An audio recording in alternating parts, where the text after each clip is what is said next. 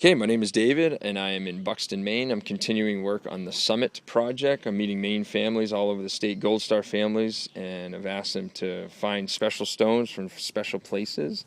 And today I'm meeting with John Gelineau. John, thanks for inviting me to your home today. All right, he pursued an interest. What was that interest? In computer Yeah, sciences. right. Um, He started in high school, um, hanging out in the computer lab after school, and wanted to continue that education and got himself a scholarship through the National Guard to come to USM. wow. And so he pursued just about every facet of the computer sciences, both programming and IT Right, ends of things. right. And it was known that he could take apart a computer and put it back together, or Right. write just about any kind of program you wanted. Wow. Um, You told me this story about Chris being Chris. What does that mean, John? that he was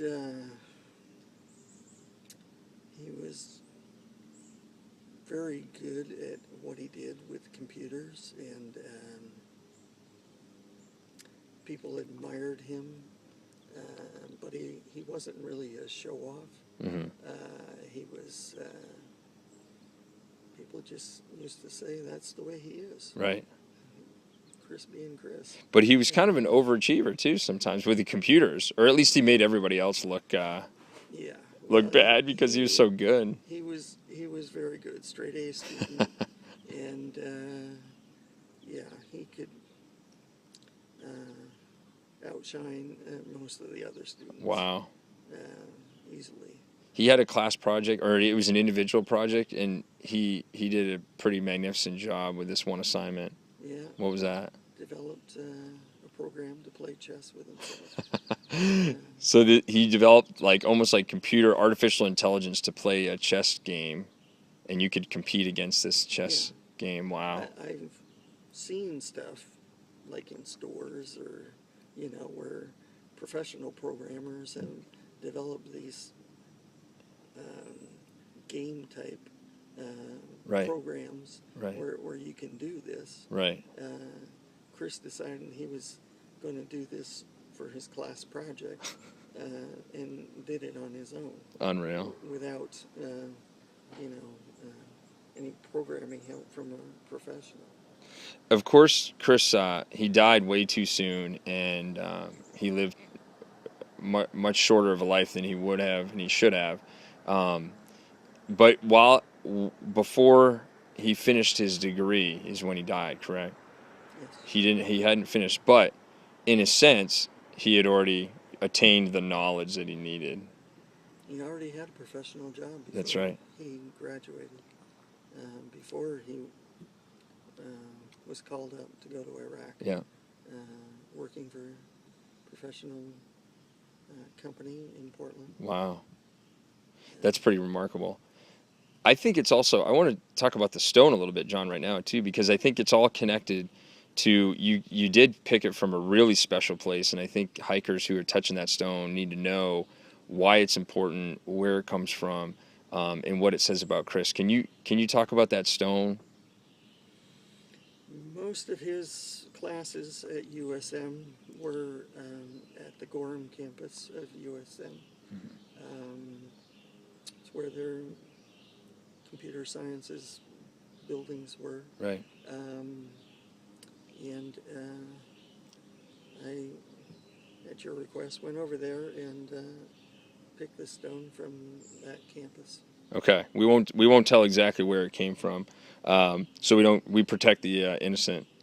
But I don't think they'd mind if they took a stone. I don't think so either. I don't think so either.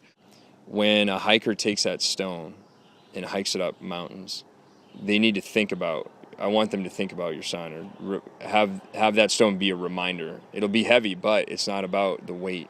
It's about the story and the spirit of who Chris was. So if someone's thinking about the weight of that stone, instead, what should they be thinking about? Chris was a really great guy. He always had a smile on his face. It was always good-natured. Yep. At the time of his death, his wife spoke at his funeral, and she said that people shouldn't be calling him a hero because he died. He should be remembered as a hero because of the way he lived his life. Right. Right. He was always willing to help people around him. Yep. With computers or Yep. whatever they needed. Right. But, With a smile on his face. yes, Cheerful. very, Yeah. Positive. very positive. Yeah. Yeah. Somebody would come to him with a problem, what they perceived to be a problem. Right. He was like, "That's not a problem. Not for him, it wasn't. let me take that," you know. Yeah. And he would solve their problem for them. That's right. That's right. He was very good at that, and that was a gift he had, but he shared the gift Yeah. with other people. Sure. That's powerful. Fixed it for her. Do you think that's where the relationship started? It was right about that time. Yeah. Right. There was another story about painting a dorm room, you said?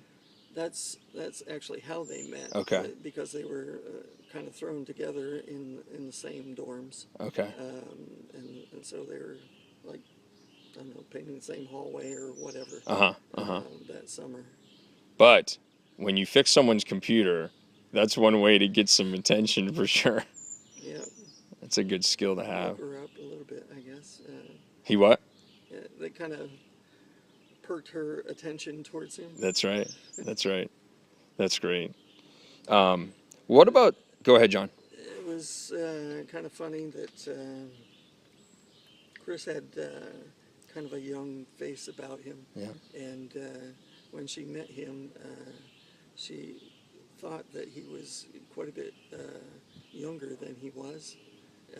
And she was surprised to find out that he was actually just a year younger than she was. But it was that face and that good personality. Right. They kind of won her over. Right. Always positive, always smiling. Yeah. Never upset or defeatist or pessimistic about anything. Rarely, yeah. Yeah, rarely. Yeah. We all have a good and bad He day. He would figure out ways to overcome adversity.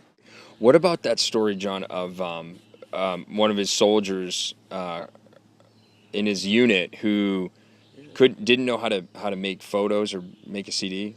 Now, he had a CD with pictures on it that he wanted to send back home to his family. Right. But didn't know how to make copies of it. And the soldier had wandered up to them. He was standing in a group of people. And he had expressed that he wanted to make copies of this CD so he could send it back to several members of his family. Right. Didn't know how to do it. Connecting with loved ones, that's the idea. Yeah, and Chris took it and disappeared for a few minutes and came back and with a smile on his face said, "Here you go." Just like that. Just like that. Yeah, and that's just the way he was. Yeah. What a gift that is. Because I like that story because here's a soldier who wants to connect with his family. Maybe his wife, maybe his mom, maybe his dad, his brothers, sisters, and can't do it. He feels like he's over in Iraq, Yep. With limited resources. That's right. Probably wouldn't know how to do it even if he was here in the United States. That's right. But still, even more so over in Iraq with limited resources. Maybe you feel alone, right, John? Yeah. Maybe you feel you want to helpless. Yeah. I would say helpless. Yeah. but also the emotional connection to your loved ones. I think that's powerful with your family who's back here in the States.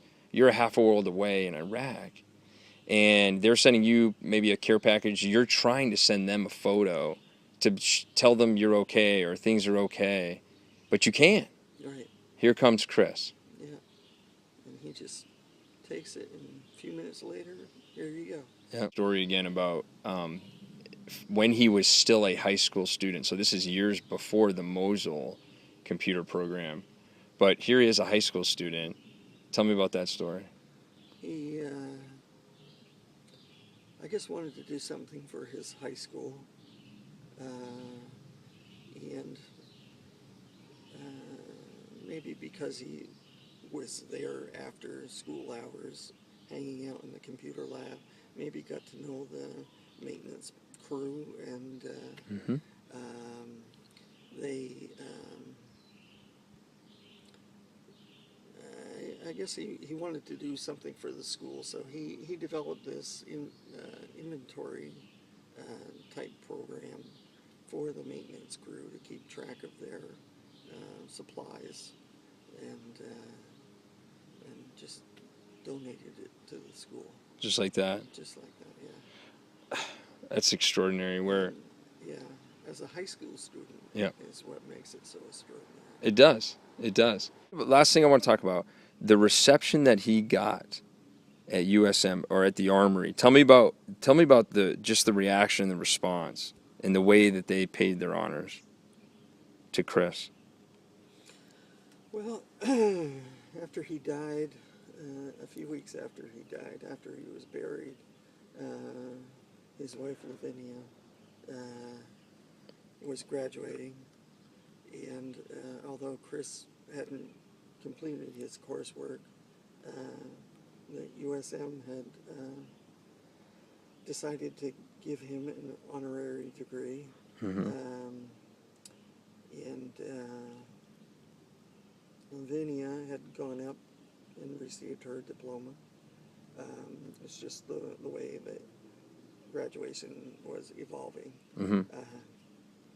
But when it came time for the computer sciences, Lavinia went up to receive his diploma. Mm-hmm. And